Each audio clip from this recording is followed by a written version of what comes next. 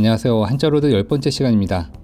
지금까지는 하나의 글자가 다른 글자와 결합할 때 어떠한 뜻이 만들어지는지를 배워봤었는데요. 이번에는 조금 다른 방식으로 한자를 알아보도록 하겠습니다. 한자는 시간이 흐르면서 본래 의미를 잃고 다른 뜻으로 바뀌는 경우가 많습니다. 이럴 때는 다른 글자를 더해 뜻을 살리는 경우가 많은데요. 이번에는 그런 한자만 모아 설명해 보고자 합니다.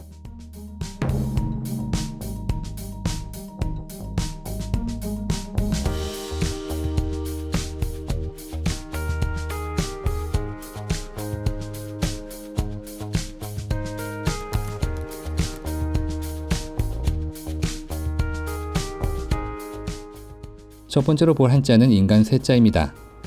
인간 세자는 인간이나 생애, 세대라는 뜻을 가진 글자입니다. 근문에 나온 인간 세자를 보면 나뭇가지에 잎이 매달린 모습이 그려져 있었습니다. 그래서 본래 의미도 나뭇잎이었죠. 그런데 잎을 그렸던 것이 지금은 왜 인간이나 일생이라는 뜻으로 쓰이고 있는 것일까요? 나무는 봄이 되면 새싹을 틔우고 가을이 되면 낙엽을 떨어뜨려 한 해를 마무리합니다.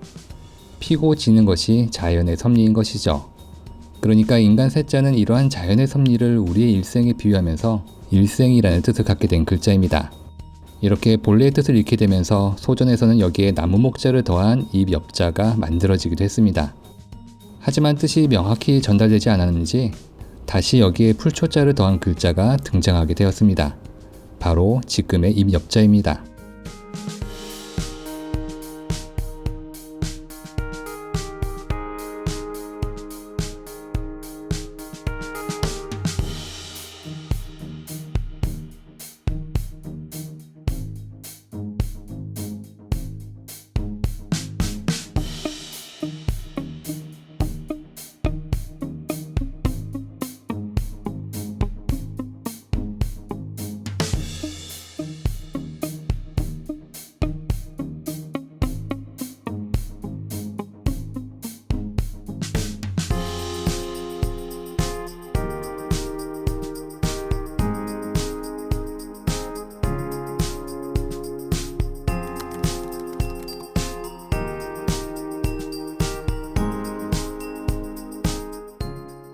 도장 인자는 도장이나 인상, 찍다라는 뜻을 가진 글자입니다.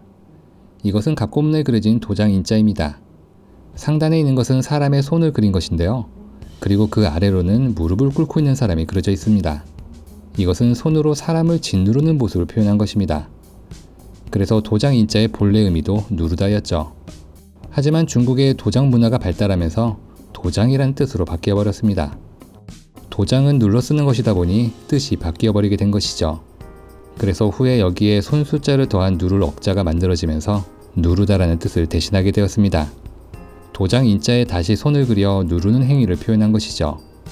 글자가 변천하는 과정에서 획이 하나 누락되긴 했지만 도장 인자에서 파생된 한자가 바로 누를 억자입니다.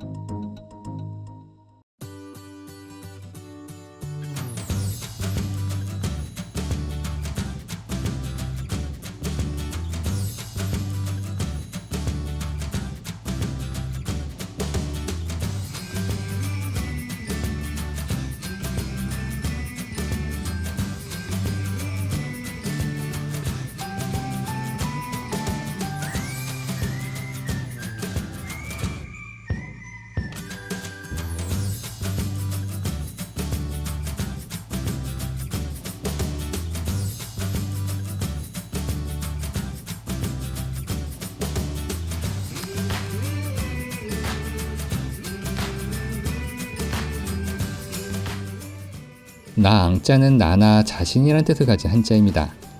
나앙자의 각본문은 이렇게 그려져 있었습니다. 조금 전에 도장 인자에서도 보셨듯이 우측에 있는 것은 무릎을 꿇은 사람입니다. 그리고 그 앞으로는 누군가가 서 있네요. 이것은 아랫사람이 윗사람을 우러러보는 모습을 표현한 것입니다. 그래서 나앙자의 본래 의미도 우러러보다였죠. 지금도 나앙자의 우러러보다나 위풍당당하다라는 뜻이 남아있는 것도 이 때문입니다. 하지만 이 글자는 후에 우러러보는 대상이 강조되면서 나나 자신이라는 뜻으로 바뀌었습니다. 그래서 소전에서는 여기에 사람 인자를 더한 우러를 앙자가 따로 만들어지게 되었죠. 참고로 이렇게 우러러보는 모습을 그린 나앙자에 길을 뜻하는 쉬엄쉬엄 갈 착자가 더해지게 되면 누군가를 공손히 맞이한다는 뜻의 맞을 영자가 됩니다.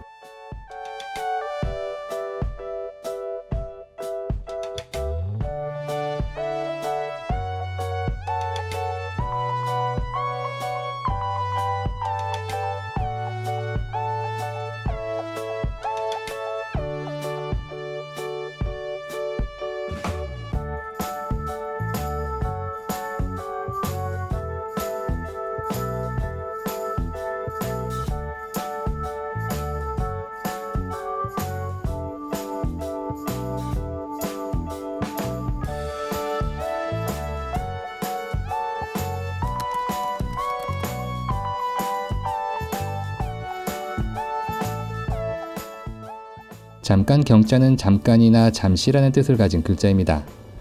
잠깐 경자는 비수 비자와 머리 혈자가 결합된 모습이죠. 머리 혈자는 사람의 머리를 강조해 그린 것이고 비수 비자는 사람이나 수저라는 뜻을 갖고 있습니다. 여기에서는 수저로 응용되었습니다. 본래 잠깐 경자는 기울다라는 뜻을 위해 만든 글자였습니다. 사람 얼굴 옆에 수저를 그려 수저로 맞아 얼굴이 기울었다라는 뜻을 표현한 것이죠. 하지만 이러한 일이 아주 짧은 시간 안에 벌어졌다는 뜻이 확대되면서 잠깐이라는 뜻으로 바뀌어버렸습니다. 그래서 소전에서는 여기에 사람 인자를 더한 기울 경자가 뜻을 대신하게 되었죠.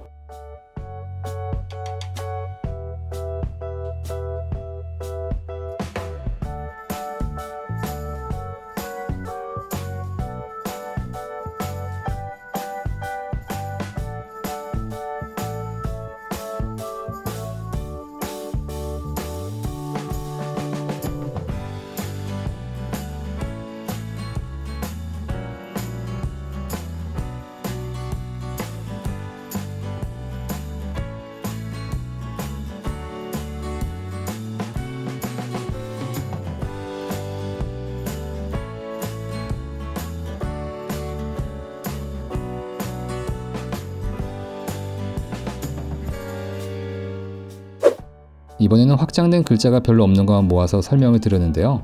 다음에도 틈틈이 소개해 드리도록 하겠습니다. 그럼 이번에도 조금 전에 배운 것을 복습하면서 다음에 배울 한자를 소개하도록 하겠습니다. 시청해 주셔서 감사합니다.